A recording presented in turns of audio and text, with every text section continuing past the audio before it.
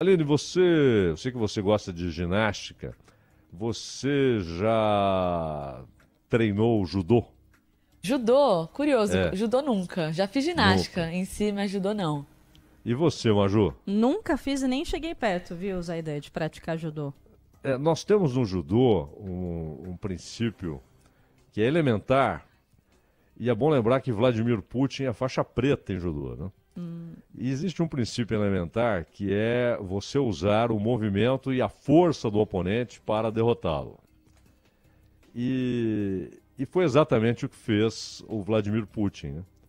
Porque imagine o seguinte: alguma chance de no batalhão Wagner, no grupo Wagner, que é um grupo de mercenários, alguma chance de não haver vários espiões dos militares russos e do Kremlin? Nenhuma chance. Desde o início, quando foi formado o Wagner, lá em 2015, já havia gente do exército que entrou para esse grupo exatamente para espioná-lo e manter o governo rotineiramente informado, porque há muitos ex-militares no grupo Wagner.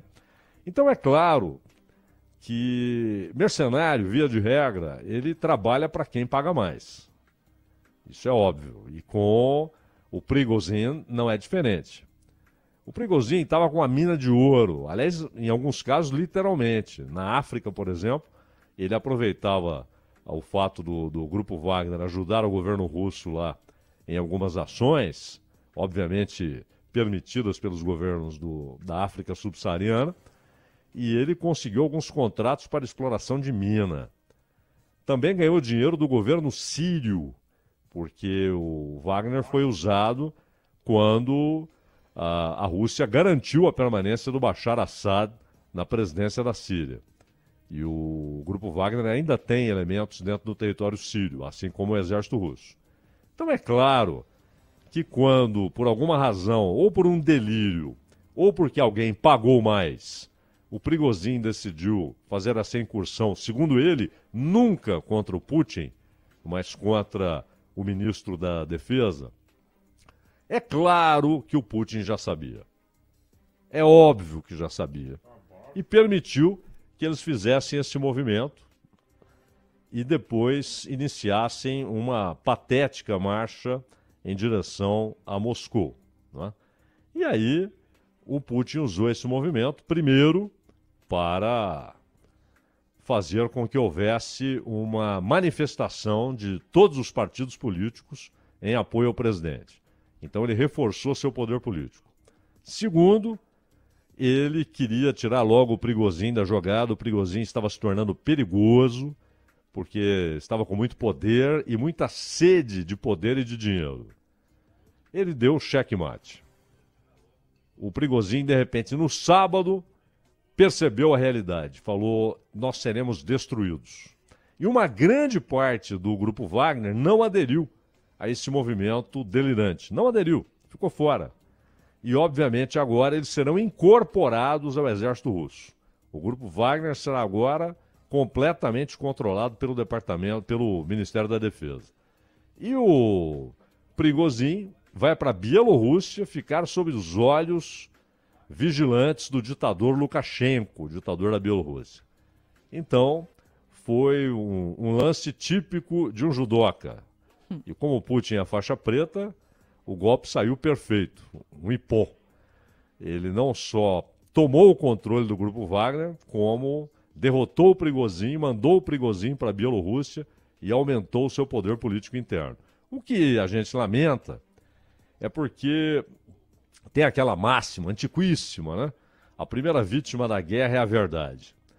Mas nunca, nunca, nem nas guerras mundiais, na primeira e na segunda, houve um festival tão deslavado de mentiras na imprensa, no noticiário, a respeito dessa guerra. E, infelizmente, por exemplo, a imprensa brasileira, a imprensa dos países periféricos em relação ao que está acontecendo, ela tem só reproduzido a imprensa americana, e grande parte da imprensa americana, além de ter feito uma cobertura horrível desse episódio na Rússia, sexta e sábado, mas muito ruim, se aventurou a análises completamente fora da lógica, começaram a trabalhar com uma cascata do tipo, vamos lá, né? Putin está no fim, que é uma grande bobagem. E como sempre tem acontecido com o New York Times, com o CNN, com o NBC, Washington Post, eles reproduzem aquilo que a CIA e a inteligência militar e o Departamento de Estado e de Defesa passam para eles. Isso não é imprensa, isso é trabalho de porta-voz, né? Isso é antijornalismo e a imprensa da América do Sul fica reproduzindo esses lixos, né? E desinformando os seus leitores, seus telespectadores, seus ouvintes. Mas é só usar um pouco de lógica e perceber quais foram os movimentos para saber quem ganhou e quem perdeu, né, Maju? Zaidan, o líder do grupo Wagner, o Prigozhin, falou há pouco, há algumas horas, e ele disse que esse inédito motim promovido por suas forças não visava derrubar o governo de Vladimir Putin, sim responsabilizar aqueles que cometeram os erros na guerra da Ucrânia e também evitar a extinção do exército de mercenários sob seu comando. Essas, então, foram as falas de agora a pouco do líder do grupo Wagner. E, Zaidan, qual você acha agora que vai ser a consequência, né, dessa rebelião na guerra entre Rússia e Ucrânia, já que o grupo Wagner teve um papel significativo, né, nessa guerra contra a Ucrânia desde fevereiro de 2022, né? Como você avalia isso, a consequência disso na guerra entre Rússia e Ucrânia? Maju, como a maioria do grupo Wagner não aderiu a esse movimento delirante do Prigozhin, essa maioria será incorporada ao Ministério da Defesa. Ficará sob comando do Ministério da Defesa, tanto que, não por acaso, o ministro da Defesa iniciou uma viagem ao leste da Ucrânia e esses grupos passarão agora a obedecer diretamente ao Ministério da Defesa. Sem o Prigozhin, sem um comando que a Rússia não considerava confiável, com o Prigozhin fora de cena, né, numa espécie de exílio que ele quer fazer valer a ideia de que é voluntário, mas não foi dada a opção a ele, e ele percebeu no sábado que ele seria morto. Então, esse acordo, e aí fizeram todo aquele mise-en-scène, a Bielorrússia chegou com um acordo para que ambos... Não, nada disso. Todos os termos foram determinados por Moscou. A Bielorrússia só fez o papel dela no teatro. O Lukashenko é um tributário de Putin, né? Ele fez o que o Putin falou para ele fazer. Aí ele apareceu como o cara que estava trazendo um acordo para dar ao Prigozhin uma saída aparentemente honrosa. Mas ele tinha duas opções. Ele seria morto ou ele iria para a Bielorrússia. Ele escolheu passar uns tempos lá em Minsk, né?